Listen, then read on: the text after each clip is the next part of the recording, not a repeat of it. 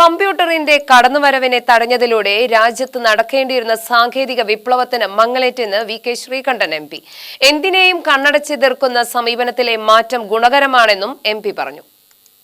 AI community club of പാലക്കാടിന്റെ AI conclave ഉദ്ഘാടനം ചെയ്ത് സംസാരിക്കുകയായിരുന്നു ശ്രീകണ്ഠൻ. ലോകത്ത് മനുഷ്യശേഷിയുടെ കാര്യത്തിൽ ഇന്ത്യ ഒന്നാമതാണെങ്കിലും സാങ്കേതിക മുന്നേറ്റത്തിൽ പിന്നോക്കം പോയത് ഇത്തരം എതിർപ്പുകൾ കൊണ്ടാണ്.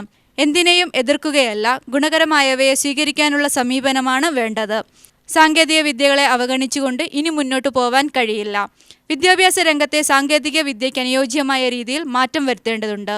സാങ്കേതിക വിദ്യ ഉപയോഗപ്പെടുത്തുന്നതിന്റെ വിലയിരുത്തൽ കൂടിയാവും പുരോഗമനത്തിന്റെയും വികസനത്തിന്റെയും അടിസ്ഥാനമെന്നും എം.പി. പറഞ്ഞു. എങ്ങനെയാണ് ഈ മനുഷ്യന്റെ ബുദ്ധി നിർമ്മിത ബുദ്ധിയാകുന്നത്? നമ്മൾ അതിനോട് ഇടപഴകി ജീവിച്ചുകൊണ്ടിരിക്കുകയാണ്.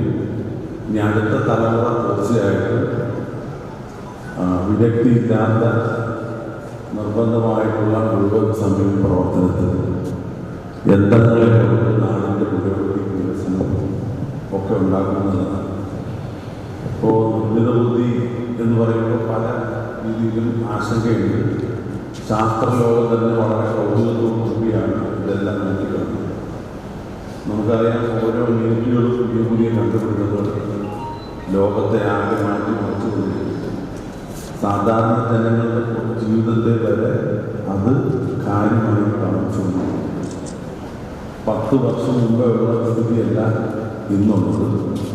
ഇന്നുള്ളതായിരിക്കില്ല നാളെ ഉള്ളത് എന്നുള്ളത് നമ്മളെല്ലാവരെയും വളരെ കൗതുകത്തോടുകൂടി തന്നെ അത് നമ്മളെല്ലാവരും നോക്കി കാണുകയാണ്. അപ്പോൾ മാറ്റം നിർബന്ധമാണ്.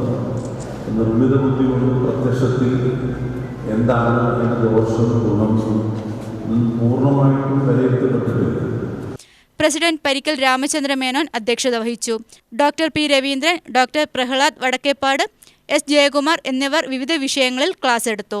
Secretary R K. Ramesh, Mercy college principal doctor Lovely, Paulson M. Paul എന്നിവർ സംസാരിച്ചു. UTV news, Palakkad.